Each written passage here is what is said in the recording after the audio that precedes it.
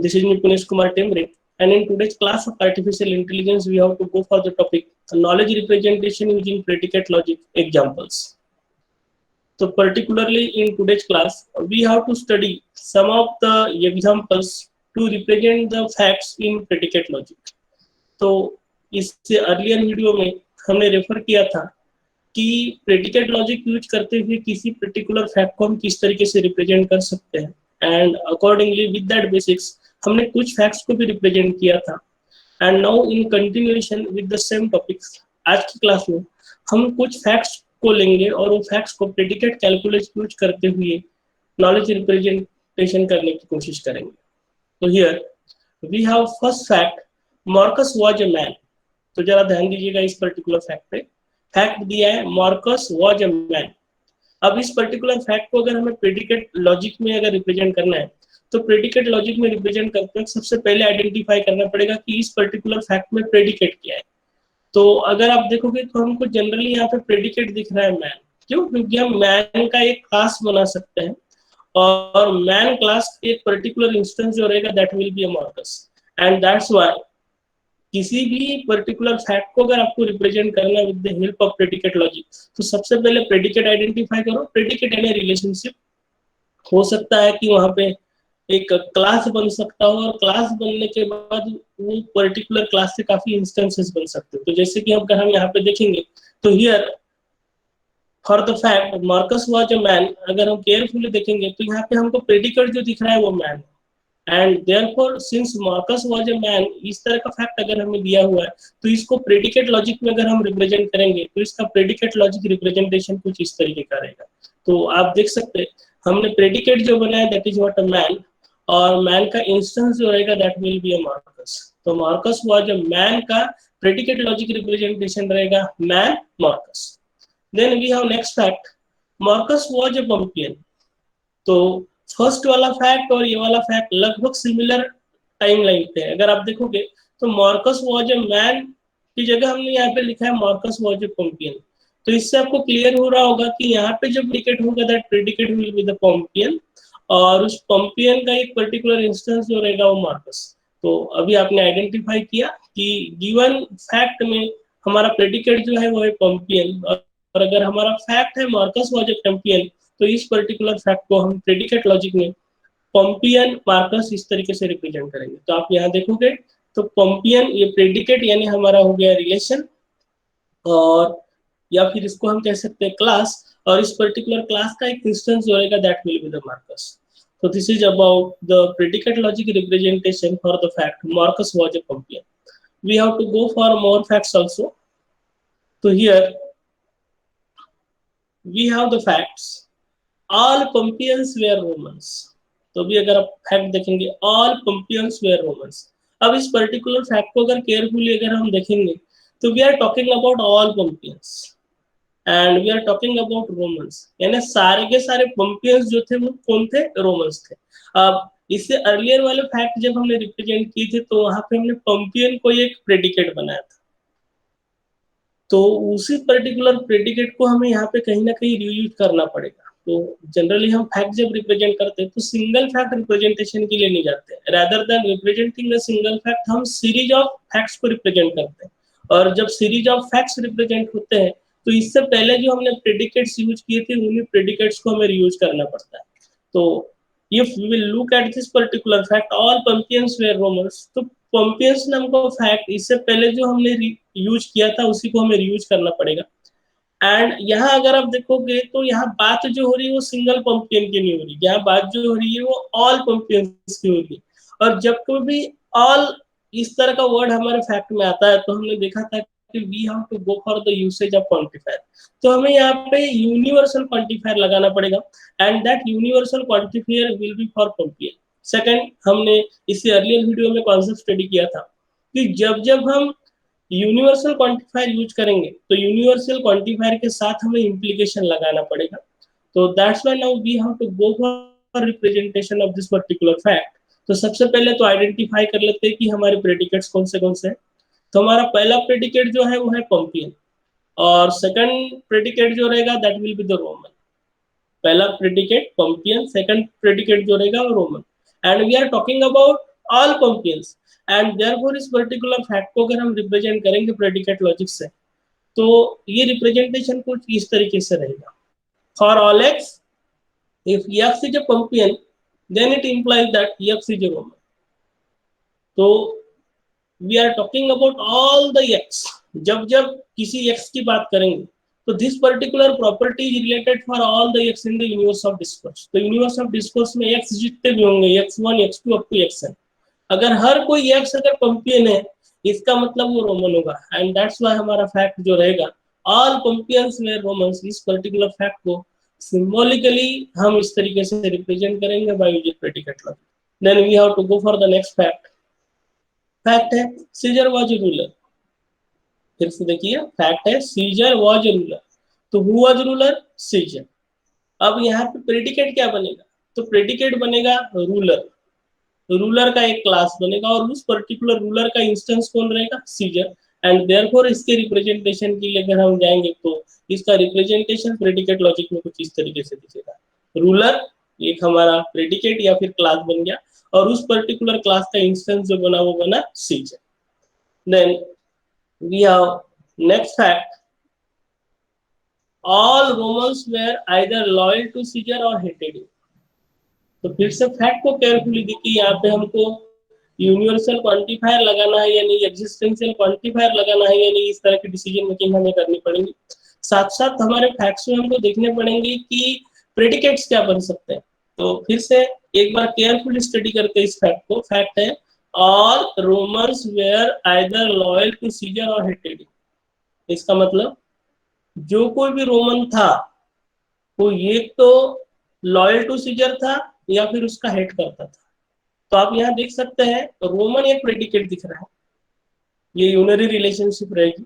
Second, जो कोई भी रोमन रहेगा वो लॉयल टू सीजर रहेगा. तो लॉयल टू इस तरह का बाइनरी रिलेशनशिप दिख रहा है, and this binary relationship will be in between Roman and seizure. तो रोमन यानी वो रोमन का पर्टिकुलर एक इंस्टेंस की बात करेंगे, तो रोमन के पर्टिकुलर इंस्टेंस और सीजर के बीच में एक बाइनरी रिलेशनशिप रहेगी, लॉयल टू. तो देयरफॉर लॉयल टू यहाँ पे एक प्रेडिकेट बनेगा, और सेकंड प्रेडिकेट जो बनेगा that will be the hated. तो पूरी फैक्ट को अगर केयरफुली हम देखेंगे तो हमको तीन प्रेडिकेट्स यहाँ दिखाई दे रहे हैं. पहला रोमन, दूसरा लॉयल टू, और तीसरा हेटेड. तो जब कभी भी किसी फैक्ट को रिप्रेजेंट करना, तो सबसे पहले तो आपको प्रेडिकेट आइडेंटिफाई करते आना चाहिए. और एक बार हमने प्रेडिकेट्स आइडेंटिफाई कर दिए, उसके बाद क्वांटिफिकेशन लगाना है या नहीं ये चेक करना पड़ेगा. तो यहाँ पे ऑल रोमन्स की बात हो रही है, इसलिए यूनिवर्सल क्वांटिफायर लगेगा. और इस फैक्ट को अगर हम प्रेडिकेट लॉजिक के थ्रू अगर रिप्रेजेंट करेंगे, तो प्रेडिकेट लॉजिक के थ्रू रिप्रेजेंट करते वक्त ये फैक्ट हमारा कुछ इस तरीके से दिखेगा. All x, if x is Roman, then it implies that x is loyal to Caesar or x hates Caesar. तो जरा ध्यान दीजिए, हमने यहाँ पे और क्यों लिखा? और लिखने का बेसिक रीजन ये है कि हमारे फैक्ट में क्या है? और. अगर शायद यहाँ पे एंड होता तो हमें यहाँ पे एंड लिखना पड़ता. और इम्प्लीकेशन क्यों लिखा है? तो इम्प्लीकेशन लिखने का बेसिक रीजन ये है, जब जब यूनिवर्सल क्वांटिफायर हम यूज करेंगे, it will automatically insert implication over there. तो all Romans means for all x Roman x. तो जो कोई भी रोमन रहेगा वो आइदर लॉयल टू सीजर रहेगा और हिट करेगा. That's why it implies that loyal to x Caesar और hit x Caesar. So this is about the implementation or representation of this particular fact by using predicate logic. Now we have next fact. Everyone is loyal to someone. So this is what very important fact. Carefully concentrate here. Everyone is loyal to someone. तो देखिए यहाँ पे बात हो रही है everyone की, and is loyal to someone, यानी प्रेडिकेट जो है वो है लॉयल टू, और लॉयल टू रिलेशनशिप जो रहेगा वो दो एंटिटी के बीच में रहेगा. तो definitely entity A and entity B या फिर entity X and entity Y इस तरीके का रहेगा. तो एवरीवन यानी ये एक एंटिटी हो गया, और समवन यानी ये दूसरा एंटिटी हो गया. तो यहाँ बाइनरी रिलेशनशिप है इन बीच में लॉयल टू. तो फर्स्ट एंटिटी को अगर हम एक्स कहेंगे और उस पर अगर क्वांटिफिकेशन अगर हम लगाते हैं, तो ये एवरीवन वाला क्वांटिफिकेशन रहेगा. और एवरीवन क्वांटिफिकेशन जब रहेगा, इसका मतलब ये we are talking about all x.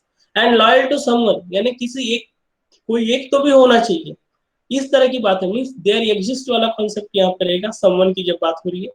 तो हमने इससे अर्लियर वीडियो में देखा था, जब जब ऐसे वर्ड्स आएंगे, समवन वगैरह वर्ड जब आते हैं, तो हमें एग्जिस्टेंशियल क्वांटिफायर यूज करना पड़ेगा। And that's why second entity जो है समवन, समवन के बारे में हमें देयर एग्जिस्ट इस तरह का क्वांटिफिकेशन यूज करना पड़ेगा। तो here in order to represent this particular fact, हमारा प्रेडिकेट जो है वो है loyal to x Y.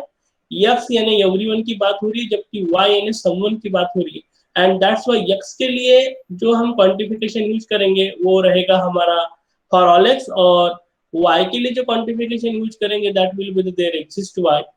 And therefore इस पर्टिकुलर फैक्ट का रिप्रेजेंटेशन अगर आप देखोगे तो प्रेडिकेट कैलकुलस में फैक्ट इस तरीके से बनेगा, for all x there exist y such a way that loyal to x y.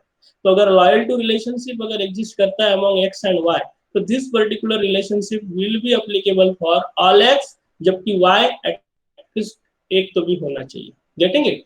तो everyone is loyal to someone का रिप्रेजेंटेशन है for all x there exist y loyal to x Y. We have to go for next fact. तो हमारा next fact है people only try to assassinate rulers, they are not loyal। फिर से ध्यान दो, fact को carefully study करो। people only try to assassinate rulers, they are not loyal। तो देखिए यहाँ पे प्रेडिकेट सबसे पहले आइडेंटिफाई कर लेते हैं। पीपल, पीपल यानी पर्सन, कोई ना कोई तो भी अगर पर्सन होगा तो फिर ओनली ट्राई टू असासिनेट यानी ट्राई टू असासिनेट की कोशिश कर रहा है, वो असासिनेट करने की कोशिश कर रहा है किसको? रूलर को। तो try to assassinate such kind of predicate will be there and this predicate will be a binary predicate, यानी पीपल का इंस्टेंस और रूलर के बीच में यहाँ पे रिलेशनशिप एग्जिस्ट कर रही है। और सेकंड प्रेडिकेट जो है वो है not loyal to. Not loyal to में हमने लॉयल टू को इससे पहले यूज किया था, तो लॉयल टू प्रेडिकेट को यूज करेंगे और उसका निगेशन यहाँ पे परफॉर्म करेंगे। तो इस पर्टिकुलर फैक्ट के रिप्रेजेंटेशन के लिए अगर हम जाते हैं तो हमारा फर्स्ट प्रेडिकेट जो रहेगा that will be the people. Second predicate जो रहेगा वो रहेगा try to assassinate, binary relationship वाला। और थर्ड प्रेडिकेट जो रहेगा वो रहेगा नॉट लॉयल टू यानी लॉयल टू। और एक प्रेडिकेट यहाँ पे दिख रहा है दैट इज रूलर्स, क्योंकि रूलर का भी हमें यहाँ पे एक इंस्टेंस लेना पड़ेगा। And therefore people only try to assassinate rulers, they are not loyal to. तो इस पर्टिकुलर फैक्ट में क्वांटिफिकेशन की अगर हम बात करेंगे तो भले यहाँ पे मेंशन नहीं किया है, लेकिन पीपल अगर बोला तो पीपल मीन्स सारे के सारे मैन की बात हो रही है, और रूलर्स की बात जब हो रही है तो पर्टिकुलर एक रूलर की बात नहीं हो रही है, we are talking about all the rulers. And that's why यहाँ पे हमें क्वांटिफिकेशन जो अप्लाई करना पड़ेगा that will be the universal quantification. और इस पर्टिकुलर फैक्ट के रिप्रेजेंटेशन के लिए अगर हम जाएंगे तो इस पर्टिकुलर फैक्ट का रिप्रेजेंटेशन प्रेडिकेट लॉजिक में अगर आप देखोगे तो कुछ इस तरीके से दिखेगा। तो here you can find quantification for all X and for all Y. X यानी सारे के सारे पर्सन के लिए ये अप्लीकेबल रहेगा, और वाई यानी सारे के सारे रूलर के लिए अप्लीकेबल रहेगा। और ये चीजें यहाँ पे इम्प्लिसिटली मेंशन की हुई है, क्योंकि पीपल या रूलर ऐसे दोनों क्लास के सारे इंस्टेंसेस की बात हो रही है। Therefore we have to apply universal quantification over here for all X for all Y. अब एक्स कौन? जो कोई भी पर्सन होगा, means we are talking about all the people. तो पीपल को रिप्रेजेंट करने का तरीका है एक्स इज ए पर्सन, तो पर्सन नाम का क्लास बना और उसके जो जो भी इंस्टेंसेस रहेंगे तो उसके सारे इंस्टेंसेस को कंबाइनली हम कहेंगे पीपल।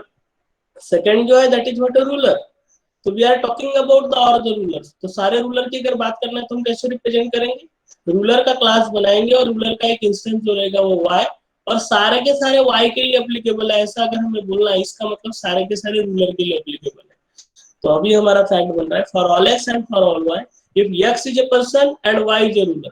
अगर एक्स कोई पर्सन है और वाई अगर कोई रूलर है, and then X try to assassinate Y, then it implies that it is not loyal to Y. इसका मतलब एक्स अगर कोई पर्सन है और वाई अगर कोई रूलर है, और एक्स अगर वाई को ट्राई असैसिनेट करने की कोशिश कर रहा है, इसका मतलब एक्स वाई के प्रति लॉयल नहीं है। This is what the meaning.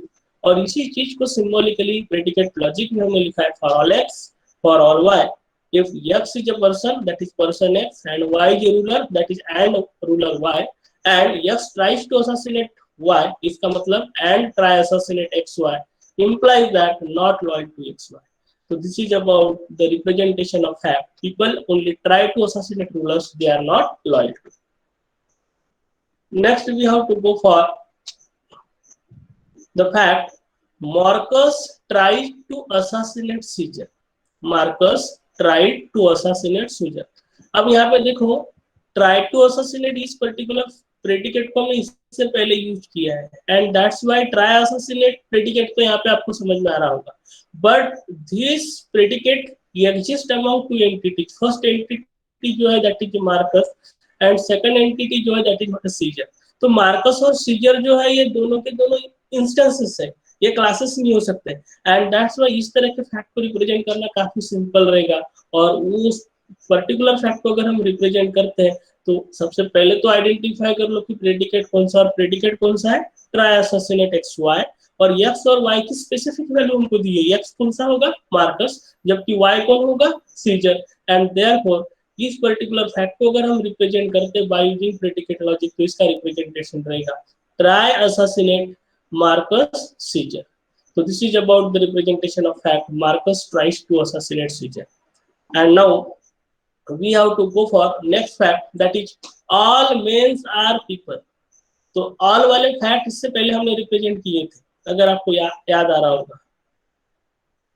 all men are mortal, getting it, all compliance, इस तरह के फैक्ट्स हमने स्टडी किए थे. तो यहाँ पे जो फैक्ट है वो है all mens are people. All mens are people इस पर्टिकुलर फैक्ट को कैसे रिप्रेजेंट करेंगे, तो मेंस को रिप्रेजेंट करने वाला एक प्रेडिकेट बनाना पड़ेगा और पीपल को रिप्रेजेंट करना प्रेडिकेट बनाना पड़ेगा, and after that quantification apply करना पड़ेगा फॉर ऑल. एंड देयरफॉर इस पर्टिकुलर फैक्ट को अगर आप रिप्रेजेंट करोगे तो रिप्रेजेंट करते वक्त यूनिवर्सल क्वांटिफायर हमें यूज करना पड़ेगा, और यूनिवर्सल क्वांटिफायर अप्लाई करते हैं मेन की को अगर हमें रिप्रेजेंट करना है तो main means what, all the instances of a man. Therefore man class बना और उसके हर एक इंस्टेंस की हम बात कर रहे हैं, देयरफॉर फॉर ऑल एक्स. तो अगर कोई यस अगर मैन है तो it implies that it is a people. तो पीपल को कैसे रिप्रेजेंट करेंगे, तो पीपल को रिप्रेजेंट करने का तरीका है पर्सन. तो जितने भी हमारे पर्सन क्लास के इंस्टेंसेस रहेंगे सबको मिला के कंबाइनली हम पीपल कहेंगे, and that's why all mens are people इस पर्टिकुलर फैक्ट को अगर रिप्रेजेंट करना है तो for all X, if X is a man, then implies that X is a person. Such kind of representation will be there. So here we have given one assignment question to you. और आपका question है represent the following facts in well-formed formulas in predicate logic, and facts are given to you. पहला facts है Marcus was born in 40 AD. Next fact is all men are mortal. Next is all Pompeians died when the volcano erupted in 79 AD. Next fact is no mortal lives longer than 150 years. And next fact is it is now 2020. Then next fact is alive means not dead. Next fact is if someone dies then he is dead at all later times. So what you have to do? You have to represent all these facts by using whatever the input I have provided to you in this particular video. So this is all about how to represent the fact by using predicate logic in artificial intelligence. Thank you.